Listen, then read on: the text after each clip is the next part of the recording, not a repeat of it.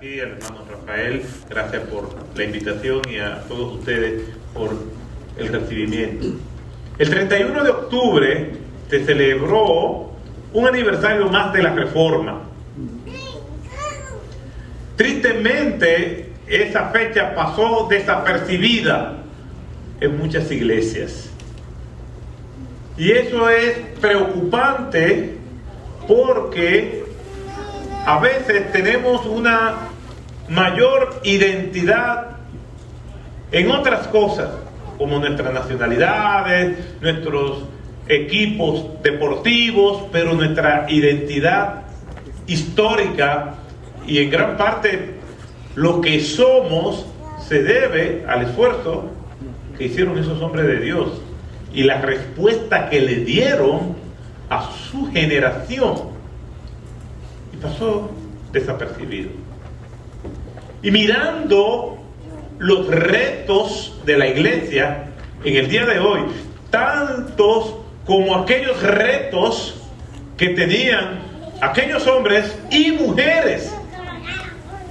¿Por qué? Porque hablamos de los roles de Lutero, de Melanchthon, de Calvino, de Knox, pero hay que ver la historia de las mujeres de la Reforma para que nosotros veamos qué historia más fascinantes. En otras palabras, todos ellos supieron dar respuesta a los retos que ellos tenían en ese momento y pusieron todo su empeño, su corazón para hacerlo. Pensando yo, ¿qué retos tenemos nosotros para seguir adelante? Cumplir nuestro rol histórico para que la iglesia se mantenga como columna y baluarte de la verdad. ¿Cuáles son esos retos? ¿Y cómo nosotros vamos a responder a estos retos? Precisamente a la luz del ministerio de nuestro Señor Jesucristo es que yo quiero compartir con ustedes los retos que como iglesia nosotros tenemos hoy. Así que les invito a que vayamos a las Escrituras y leamos una porción de la narrativa de Mateo en el capítulo 4 que tiene que ver con la tentación de nuestro Señor Jesucristo y cómo Él respondió a eso y el momento en que llega la tentación. No es simplemente que fue tentado en todo, como dice el autor del libro de los Hebreos, pero nunca pecó. Es el momento en que Él es tentado. Yo voy a leer en la Biblia de las Américas, y dice la Escritura en Mateo, capítulo 4, de la siguiente manera, leyendo desde el verso 1. Entonces Jesús fue llevado por el Espíritu al desierto para ser tentado por el diablo. Y después de haber ayunado 40 días y 40 noches, entonces tuvo hambre. Y acercándose el tentador le dijo: si eres hijo de Dios, di que estas piedras se conviertan en pan. Pero él respondiendo dijo: escrito está, no solo de pan vivirá el hombre, sino de toda palabra que sale de la boca de Dios. Entonces el diablo le llevó a la ciudad santa y le puso sobre el pináculo del templo y le dijo: si eres hijo de Dios, lánzate abajo, pues escrito está, a sus ángeles te encomendará y en las manos te llevarán, no sea que tu pie tropiece en piedra. Jesús le dijo: también está escrito, no tentarás al Señor tu Dios. Otra vez el diablo le llevó a un monte muy alto y le mostró todos los reinos del mundo y la gloria de ellos. Y le dijo: todo esto te daré si postrándote me adoras. Entonces Jesús le dijo: vete, Satanás, porque escrito está: al Señor tu Dios adorará y a Él solo servirá. El Señor añada bendición a su palabra. Este pasaje, muy conocido por todos nosotros, acontece precisamente después que nuestro Señor Jesucristo es bautizado. Aquel momento extraordinario, glorioso, vemos la manifestación de la Trinidad, y eso normalmente acontece después de un momento de mucha bendición. Es posible que nos enfrentemos a las crisis que pueden generar los tropiezos, las pruebas. Y aquí está el Señor siendo tentado por el mismísimo Satanás. No vamos a hablar de los detalles que tienen que ver con la tentación en su aspecto tangible. ¿Por qué? Porque aquí nosotros vemos que el pasaje habla de manera clara, como yo lo veo, es que la tentación, aunque fue real, aunque la misma presencia de Satanás estaba allí lidiando con nuestro Señor Jesucristo, obviamente el escenario de batalla de aquella confrontación no fue tanto físico, sino en la mente de nuestro Señor Jesucristo. El capítulo 4, que es donde se registra este episodio, comienza diciendo en el versículo 1: entonces Jesús fue llevado por el Espíritu al desierto. ¿Por qué? Porque aquí hay elementos que nosotros tenemos que tomar en cuenta. Algunos señalan que Jesús estaba orando y allí se apareció Satanás, teniendo una imagen folclórica de lo que es Satanás. Y si eso es así, entonces nos preguntamos, entonces, ¿cómo es Satanás? ¿Cómo es su apariencia? Y no quiero dar muchos detalles porque hay muchas personas que asocian a Satanás con ciertos perfiles. En una ocasión leí una entrevista que le hacían a varias personas porque en una comunidad latinoamericana se apareció el diablo.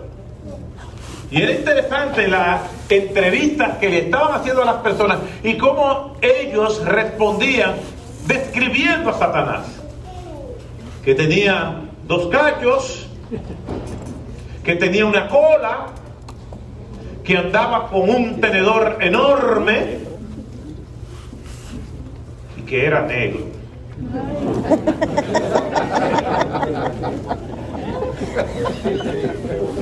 Las 3 primeras las puedo aceptar. Y esa es la imagen folclórica. Pero ¿cómo es Satanás?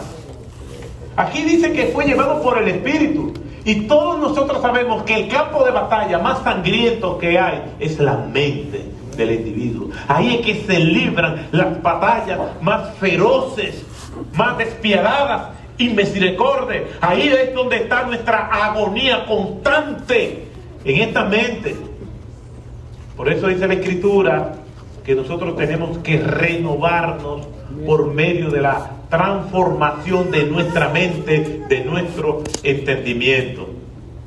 Bueno, entendiendo todo eso y entendiendo que Jesús tenía 40 días y 40 noches en ayuno y en oración, Satanás asume que en su humanidad Cristo debe de tener hambre.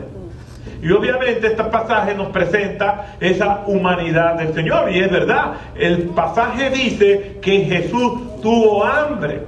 Y Satanás quiso aprovechar esa debilidad humana para ganar autoridad, para que Jesús hiciera cada una de las peticiones que Satanás le estaba presentando. Y estos son retos que nosotros tenemos y vamos a verlo con detalles. Cada una de estas tentaciones Nosotros le llamamos tentaciones, pero lo que Satanás estaba pidiendo en sí no era malo. La resistencia de Cristo, por lo menos lo que se ve en la superficie, es que Jesús no cede para no darle autoridad a Satanás sobre él. Para él no tener que hacer lo que Satanás le está pidiendo. Pero lo que Satanás está pidiendo en sí no es malo. Y nosotros tenemos que tener el discernimiento para verlo así. Porque después vemos que Jesús multiplicó los panes y los peces muchísimas veces. Después nosotros vemos a Jesús haciendo cosas extraordinarias como caminando sobre el mar. O apareciendo en lo que conocemos como el monte de la transfiguración, allí conversando con Moisés y con Elías. El asunto aquí es algo mucho más que tenemos que escarbar más profundo para darnos cuenta de lo que se trata.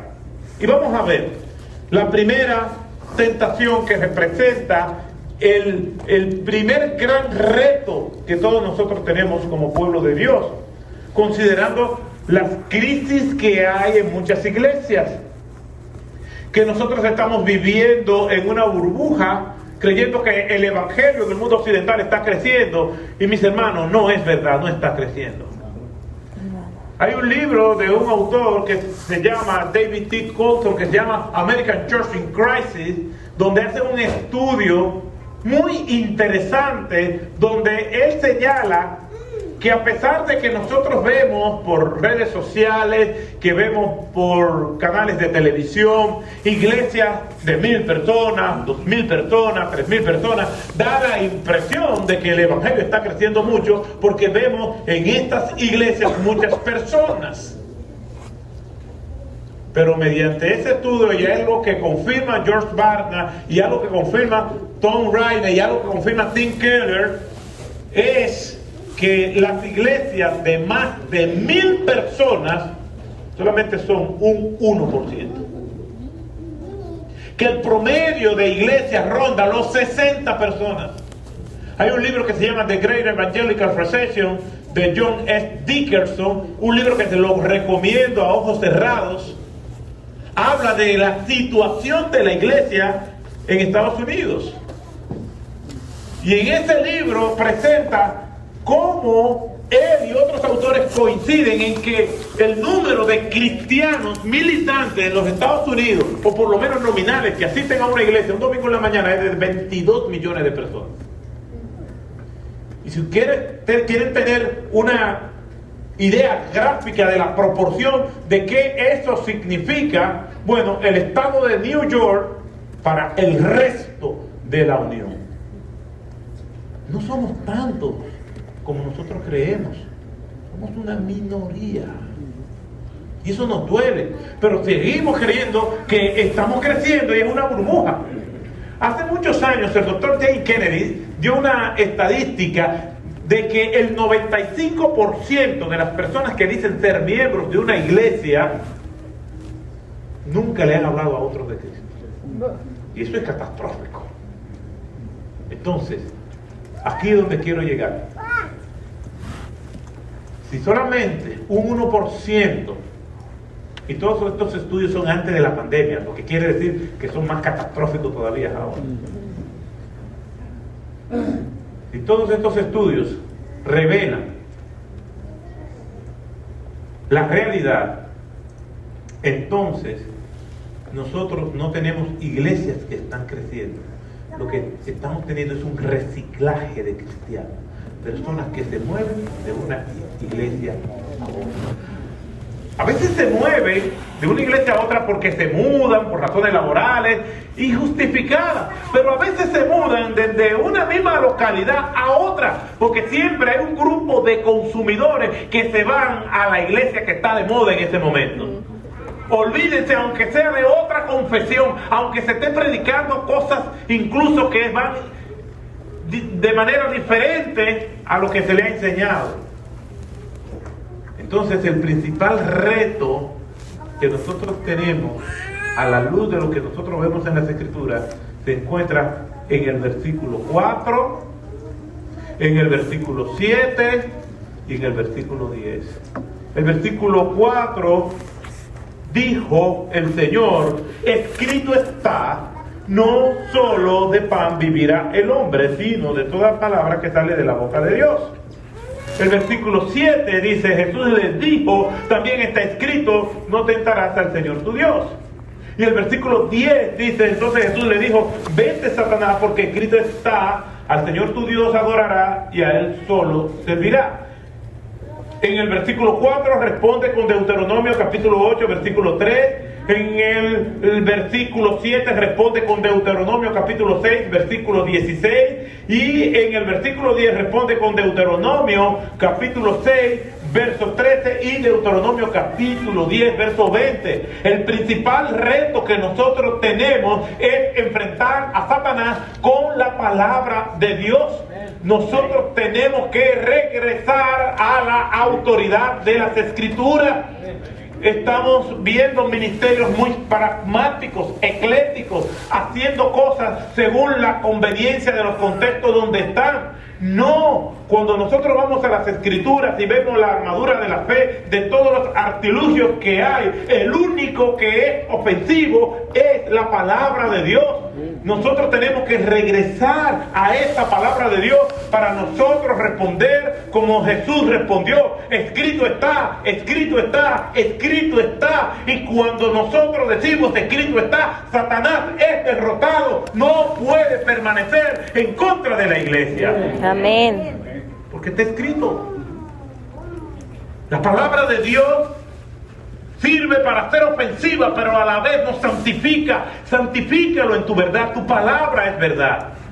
Y un creyente santificado, un creyente viviendo en integridad delante del Señor y usando bien la palabra de verdad, hace estragos en los infiernos. Hace daño en las cavernas lúgubres del infierno. Cuando nosotros vemos las historias de los avivamientos, no hay fórmula. Brian Edwards escribió un libro extraordinario que se llama El Avivamiento. Y él presenta todas las cosas extraordinarias que pasan. Una visitación especial de Dios. Las personas convirtiéndose por masas. La reconciliación entre la comunidad cristiana. Perdón. Ayudando a los desvalidos. Es una cosa extraordinaria cuando hay un avivamiento como lo hubo en el norte de Europa. Que vimos simplemente el reflejo en el sur de Europa, pero donde realmente vino un avivamiento fue en el norte de Europa. Y todas las conquistas sociales inclusive, de libertad, de democracia, de desarrollo, se debe a ese gran avivamiento que vino a Europa por las reformas protestantes. Porque el hombre estaba asfixiado, que estaba escapando de esa Edad Media, en ese contubernio, en esa unión de la iglesia corrompida con el Estado, y estaba desesperado. Fue una época, como se le dice, la época del oscurantismo, las cruzadas, la Inquisición, enfermedades, el mundo estaba agonizante, la mayoría de las personas no sabían leer ni escribir, y una iglesia tiránica monopolizando la representación de Dios. El sur de Europa abrazó el humanismo y el norte de Europa abrazó la reforma. Y hasta el día de hoy son dos estructuras sociales, aunque tanto en el sur de Europa como en el norte de Europa han abandonado el Evangelio, todavía disfrutan de las bondades de ese avivamiento que se dio. Entre los estudiantes más sobresalientes de matemáticas y ciencias están los finlandeses. Y en una entrevista al secretario de Educación de Finlandia, dice varias cosas. Primero, los profesores, para ser profesores, para entrar a la carrera magisterial, tienen que pasar por un examen de admisión y solamente el 10% pasa. Tienen que saber 3 idiomas y tienen que saber tocar un instrumento. Es muy riguroso. Entonces después habla de la herencia reformada que los lleva a la excelencia. Pero no se pierdan, son liberales hasta la médula, pero reconocen todavía las bondades y los vestigios de lo que sucedió allí. Pero una de las características de los avivamientos, aunque no hay fórmula, hay un patrón repetitivo, y es que el pueblo de Dios se vuelve a Dios volviendo a la autoridad de la palabra sobre sus vidas. Si nosotros tenemos un reto hoy en día, vamos a dejar un poco de lado las estrategias coyunturales, las estrategias denominacionales, las estrategias de isla de crecimiento, y vamos a volver al pueblo de Dios, vamos a volver a su palabra, y entonces Dios se va a volver a nosotros. Es que hemos prescindido de Dios, y el Señor se lo dice a sus discípulos: separados de mí nada podemos hacer. Podemos invertir millones de dólares en publicidad, podemos hacerlo entrenando gente, pero si no volvemos a la autoridad de la palabra, comenzando en el orden personal, la vida devocional, derramando nuestras almas delante de Dios, no va a ocurrir nada por más millones de dólares que gastemos. Póngase a pensar, yo soy bautista desde antes de nacer. Desde antes de la fundación del mundo, yo soy bautista del sur. No es dije que yo vine de adulto a ser bautista. No, desde antes, porque usted oye los testimonios de los pentecostales. Los pentecostales se convirtieron siempre de una manera trágica. Yo me convertí en prisión. Yo era narcotraficante, yo era prostituta. Yo me estaba muriendo en un hospital de cáncer, de SIDA. Esos son los testimonios de los pentecostales. El testimonio del bautista es: yo recuerdo que yo era pentecostal. ¿Ves? Yo soy original. Desde antes de nacer, ya yo era bautista. Y mire que yo he visto cursos, estrategias, movimientos, y esto y aquello, de todo he visto. Taller, ahora sí es verdad. Y cada vez somos menos. Y me encuentro con muchas personas que están cantando iglesia y esto. Y yo, no, porque yo soy pastor. Y yo, ¿qué? ¿Tú eres pastor? Sí, yo soy plantador. Hermanos, hemos complicado las cosas. Nosotros tenemos que ver el modelo de Cristo.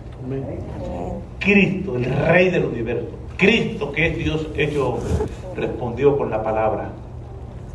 El primer reto es volver a la palabra de Dios. Satanás, no sé, podemos tener una victoria hoy, pero mañana tenemos que prepararnos porque vendrán nuevas confrontaciones. Y esta agonía será hasta que Cristo venga por su iglesia o venga por nosotros. Y Satanás le dice al Señor, versículo 3, di que estas piedras se conviertan en pan. Jesús le responde con Deuteronomio capítulo 8 versículo 3: no solo de pan vivirá el hombre. Pero aquí hay algo más que en la superficie no se ve. Y el segundo principio que nosotros vemos aquí en este pasaje para poder seguir adelante es lo que Jesús nos modela. Jesús nunca usó el poder para su beneficio personal. Satanás le está diciendo que estas piedras se convierten en pan. Y Jesús no lo hizo. No lo hizo en primer lugar para no darle autoridad, como ya vimos. Y respondió con la palabra de Dios, pero en cuanto a Él nos modela un reto que todos nosotros, los que estamos en posiciones de liderazgo, tenemos que aprender de memoria. Los privilegios no son para nosotros beneficiarnos. Jesús nunca usó el poder para su beneficio personal, sino para bendecir a los demás. Jesús no tenía problema con multiplicar los panes y los peces, pero cuando lo hizo fue para beneficiar a una multitud hambrienta, por lo menos en 2 ocasiones. Cuando nosotros leemos en el libro de Juan, capítulo 4, en el encuentro de Jesús con la mujer samaritana, dice la Escritura que cuando los discípulos regresaron se sorprendieron porque lo vieron hablando con una mujer, porque habían ido al pueblo a comprar de comer. Su comida ellos la compraban. Y Jesús pudo haber dicho, bueno, yo multipliqué los panes y los peces. Muchachos, ¿qué ustedes quieren hoy? Pero Jesús nunca usó el poder para su beneficio. Y tenía el poder para hacerlo. Él dijo, a mí nadie me quita la vida. O sea, yo me voy a entregar. No es que ustedes me han emboscado y yo no sé qué hacer. Y estando en un sentido de impotencia y sin poder, ustedes me van a crucificar. No, yo soy el dueño del universo. Yo soy el creador de este mundo. Por medio de mí todas las cosas fueron creadas. A mí nadie me quita la vida. Yo mismo la pongo y cuando yo quiera la vuelvo a poner. El problema no es poder, es que nunca usó el poder para su beneficio personal, porque él sabía que nosotros íbamos fácilmente a sucumbir a eso. Y eso da pena, como en algunas congregaciones las ovejas son explotadas, exhibidas, saqueadas por los pastores, por aquellos que están llamados a sacrificarse por las ovejas. Pastores asalariados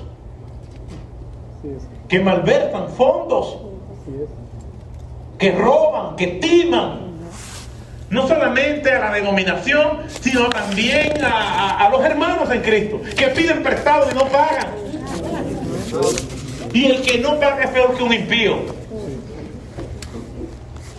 Otto, muchas gracias por el sermón, pero no te volvemos a invitar.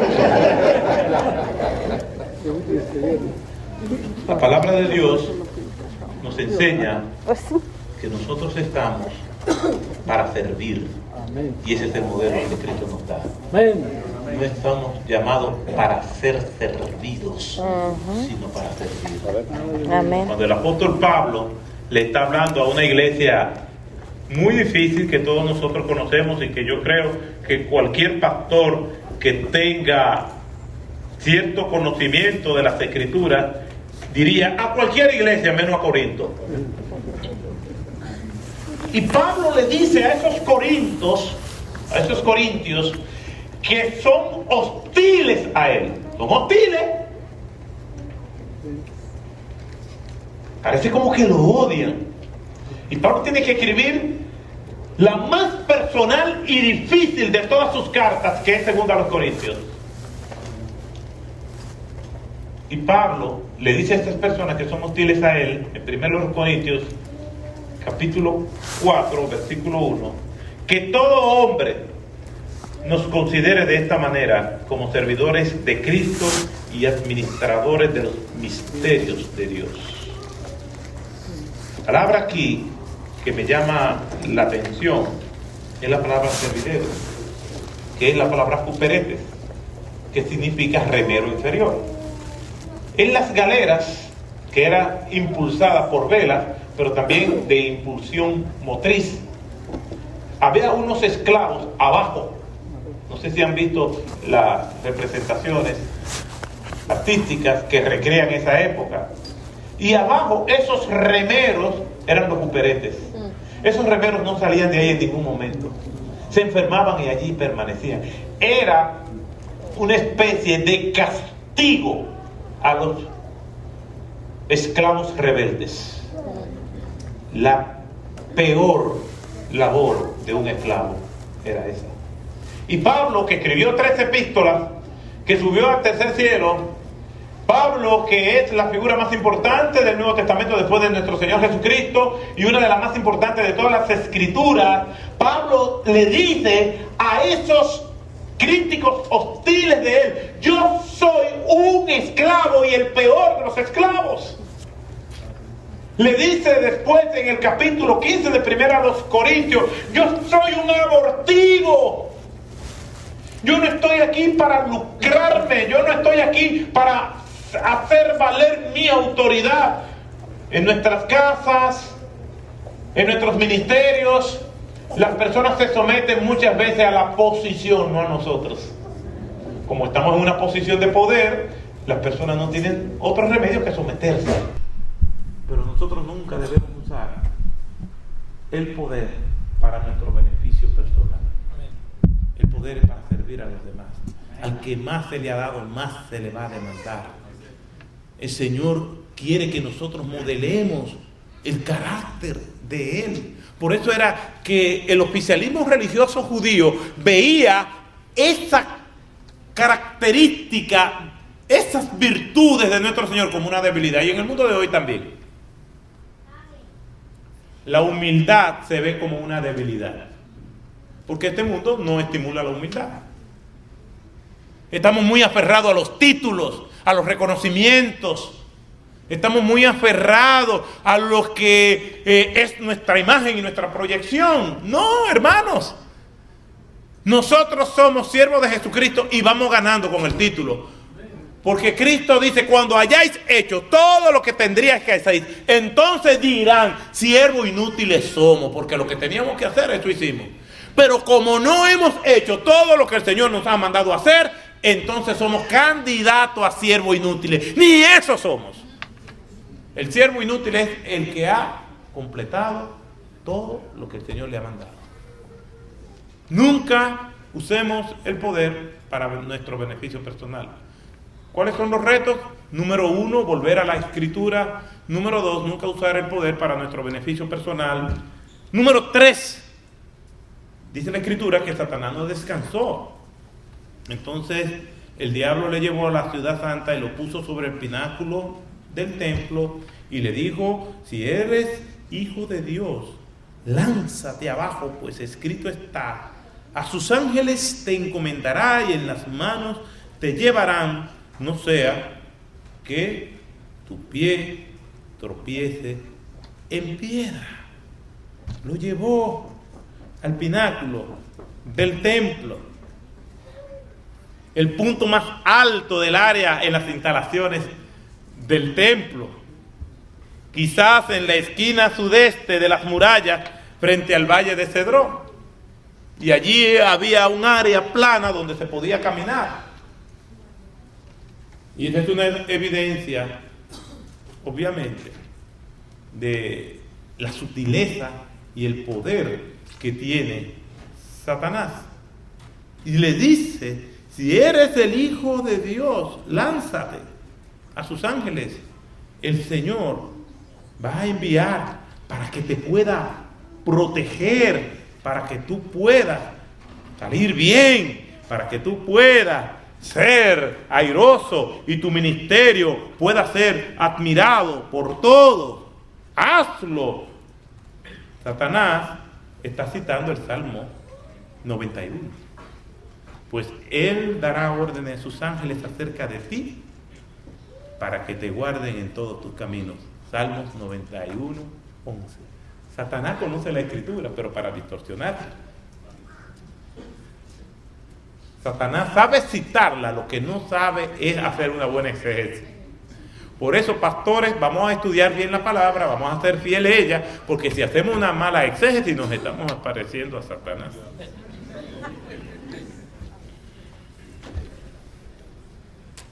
Yo siempre pienso lo siguiente.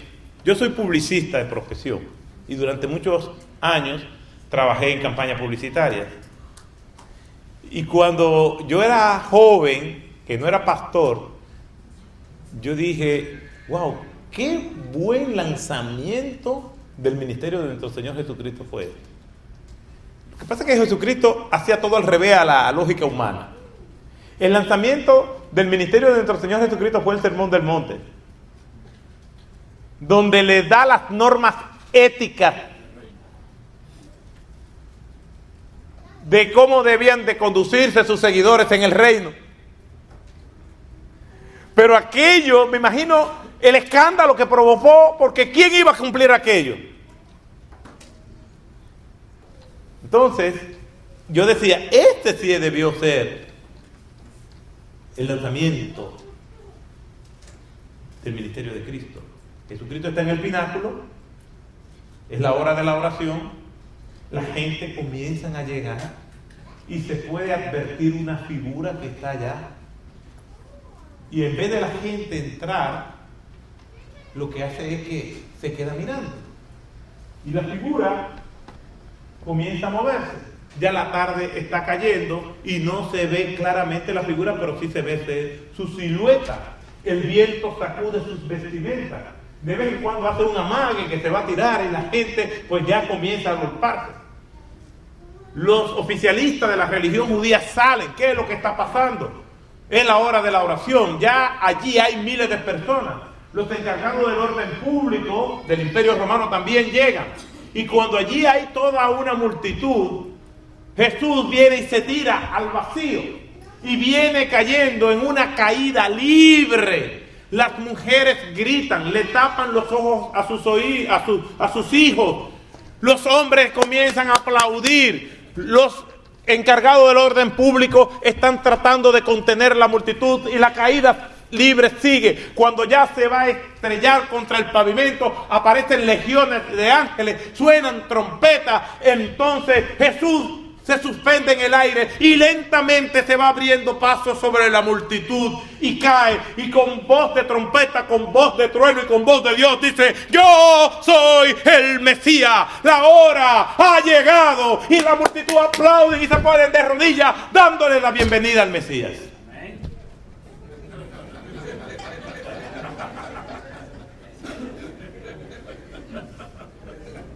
Pero no fue así. Hubiera sido espectacular. Yo le dije que soy publicista. Así mismo yo lo hubiera hecho. Con nuestros radios, ok, estamos bien, ¿cómo ves? ¿Cuándo te va a tirar? No te tires todavía, espera la señal. Todavía. Sí, muy bien, ahora mismo. ¿Cuántas personas tenemos? Con allá base, ¿cuántas personas tenemos? Tenemos como 10,000 personas. No, todavía más, vamos a esperar más personas. No es así. Porque Jesús evitó el sensacionalismo. Jesús no quería seguidores.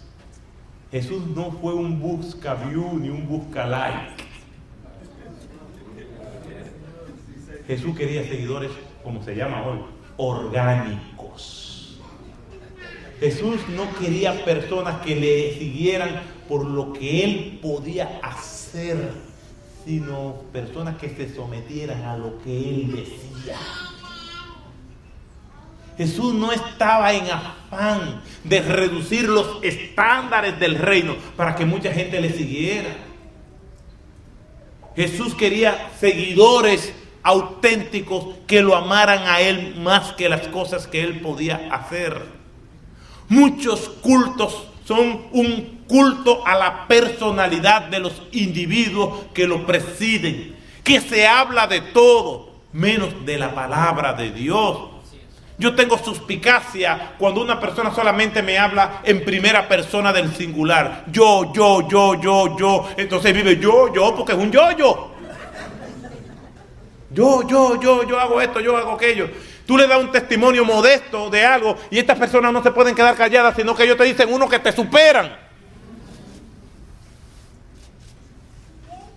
Cuando Jesús hacía algo extraordinario, normalmente le decía a las personas: no digas nada a nadie. Y yo vi lo insólito en días pasados. Bueno, en días pasados no, hace algunos años. Hace como 3 años. Yo vi en las redes sociales un pastor de rodillas haciéndose un selfie. Aquí, orando con mi Dios. Óyeme, el Señor dice: entra a tu habitación, cierra la puerta para que nadie sepa. Se ponía: porque esto es lo mío, la oración. Evitemos el sensacionalismo. La verdadera humildad consiste en callar de manera insistente nuestras virtudes y dejar que otros siquiera las reconozcan, porque no hay nadie más vacío que el que está lleno de sí mismo. Jesús no quiere seguidores por lo que él pueda hacer. Imagínense la esposa diciéndole al marido: ay, yo te amo tanto por esta sortija que tú me regalaste. Sígueme regalando sortijas, porque si no me regalas sortijas te dejo de amar. Bueno, yo no estoy hablando nada de nadie, pero eso puede pasar. Jesús evitó el sensacionalismo. Jesús no tenía un ministerio procurando efectos especiales. Él dice: aprended de mí, que soy manso y humilde, de corazón. ¿Cómo nos duele cuando no nos reconocen las cosas que hacemos? ¿Cómo nos duelen cuando estamos muy pendientes de las cosas que hacemos y nadie nos menciona? Eso es un reto que nosotros tenemos, porque quien vive pendiente de esto, entonces vive para el mundo y no para Dios. Entonces, cuando vemos los retos que tenemos, en primer lugar, tenemos que volver a la palabra de Dios. En segundo lugar, nunca usar el poder para nuestro beneficio personal. Número 3, evitar el sensacionalismo. Y número 4, para terminar, vemos la última tentación. Versículo 8. Otra vez le llevó el diablo a un monte muy alto y le mostró todos los reinos del mundo y la gloria de ellos. Y le dijo: todo esto te daré si postrándote me adoras. Todo esto te daré y eso es tuyo. Satanás le está diciendo al dueño del mundo: te voy a dar el mundo.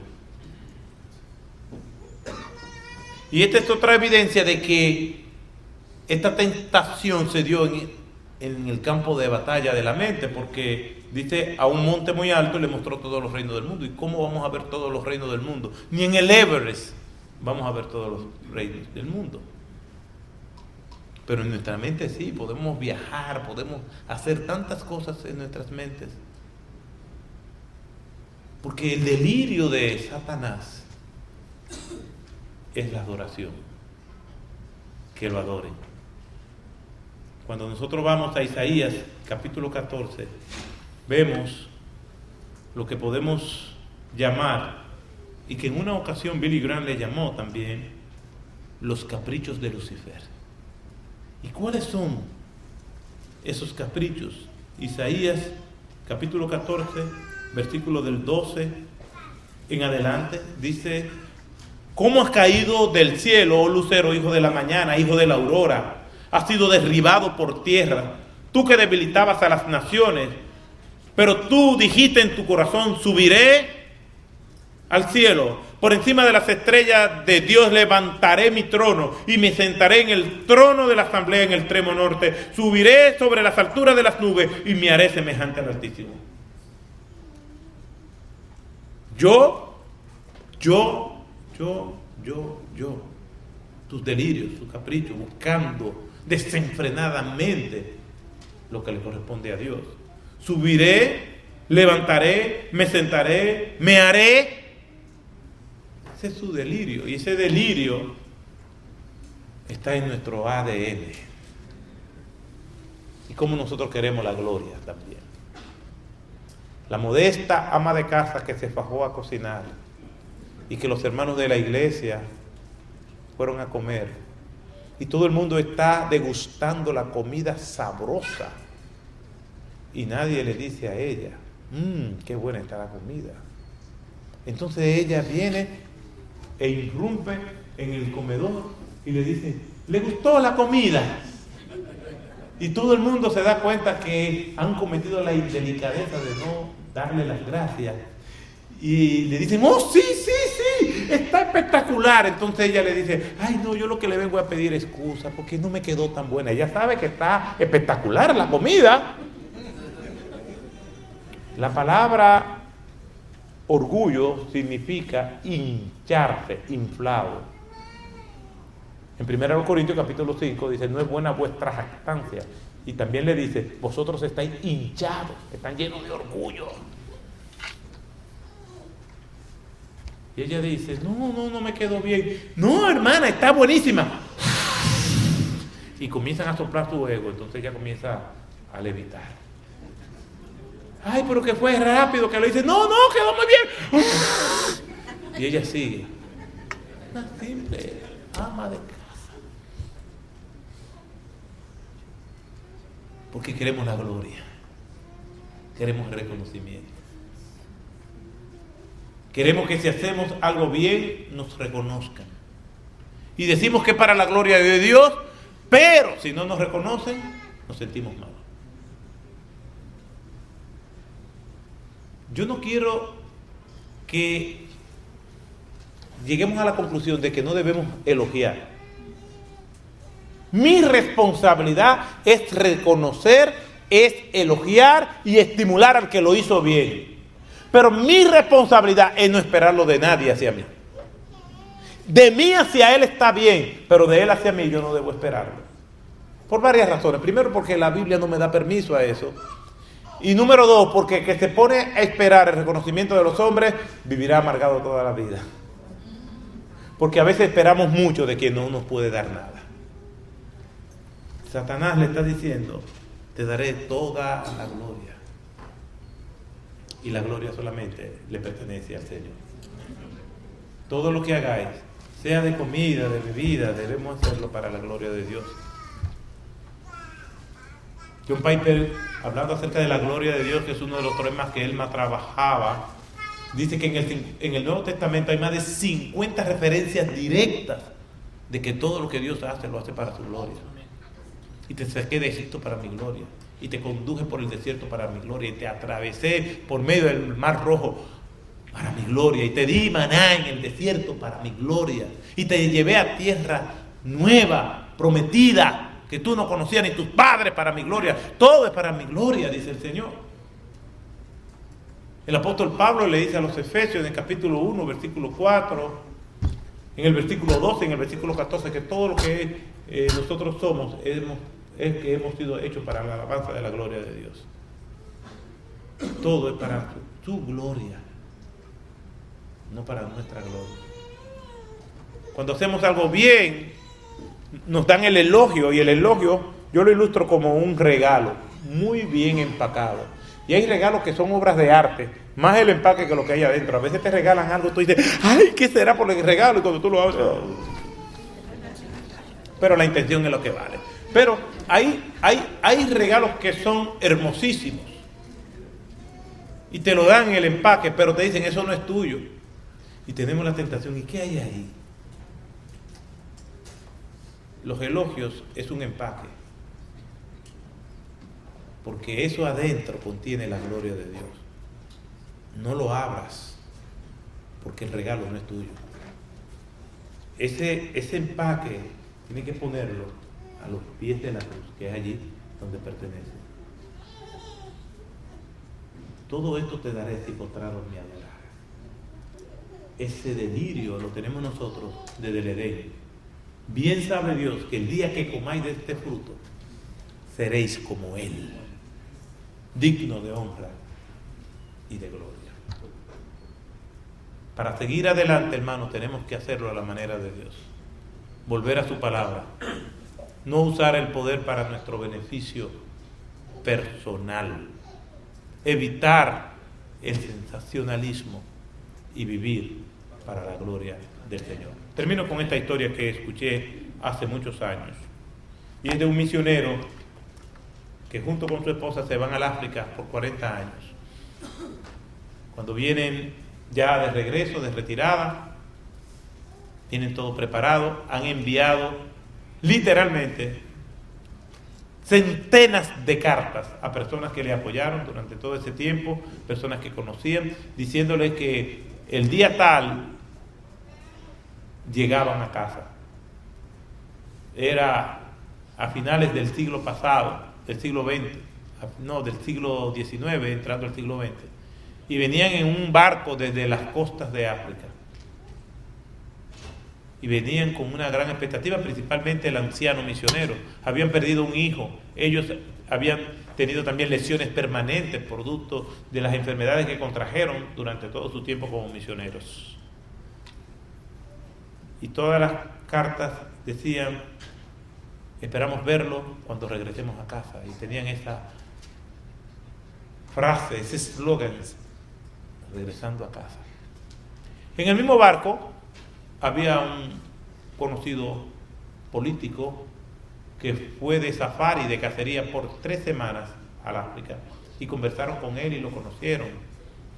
Bueno, se embarcaron, pasaron varias semanas, y ya cuando estaban llegando a las costas, el anciano misionero y su esposa miraban hacia el puerto y veían que allí estaban las personas. Y a medida que el barco se iba acercando, estaban felices, se abrazaban, hemos regresado a casa y allí estaban las personas con pancartas dando la bienvenida. Hemos regresado a casa felices cuando el barco ya está en el puerto, que se están haciendo las amarras, comienzan a ver los letreros y viendo en la multitud, se dieron cuenta que la multitud no era dándole la bienvenida a él, ni a ella, sino al político que se había ido 3 semanas de cacería. Aquello llenó de frustración al anciano misionero y comenzó a buscar entre la multitud, aunque sea una sola persona que le estuviera dando la bienvenida al él regresar a casa, y no encontró a nadie. Se llenó de frustración, comenzó a llorar y la anciana esposa le dice: tú no puedes salir de este barco en estas condiciones. Volvamos a nuestro cuarto del barco y vamos a orar. Y entraron y aquel hombre lloraba, golpeaba de rodillas el piso, la cama, las paredes. ¿Por qué, Señor? 40 años perdimos un hijo, 40 años nos enfermamos, 40 años haciendo tu obra y escribimos a tus iglesias diciéndole que regresábamos a casa y no hay nadie. Personalmente, esta historia me conmueve porque en nuestra humanidad entiendo que no debemos ser hipócritas, es doloroso. Por más expectativas que uno tenga en el Señor, a veces uno tiene expectativas con la gente. Y si yo le enseño mis espaldas, están llenas de cicatrices. Y probablemente hay personas que también tienen cicatrices que yo le he hecho. Pero duele cuando uno espera algo de alguien y no lo recibe. Por más modesto que uno sea. A veces nuestra humanidad se filtra y comienzan a caer esas goteras de pecados en nuestros corazones. Y allí aquel anciano quedó sumergido en un charco de sudor y de lágrimas. Y después de 2 horas se calmó. Su esposa también se lava la cara, se peina, te cambió la ropa y le dice: vámonos, mi amor, estoy bien.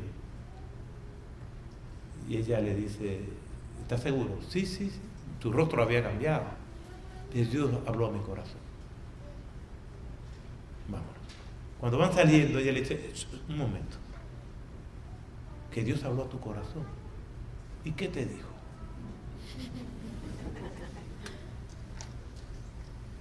Y él le respondió que todavía yo no he regresado a casa, que yo estaré en casa cuando estemos allá en su presencia, gozando eternamente y para siempre. Y allí me dirá él: ven, buen siervo y fiel, en lo poco fuiste fiel, en lo mucho te pondré. Ahí es que está nuestra casa. Que el Señor nos ayude a nosotros entender con claridad y aplicarlo a nuestras vidas, que nosotros tenemos que regresar todos los días, varias veces al día, a la palabra de Dios. Que no debemos usar los privilegios para nuestros beneficios particulares, que debemos evitar la promoción y el sensacionalismo, y que debemos vivir para la gloria del Señor. Gracias, Padre, por tu palabra.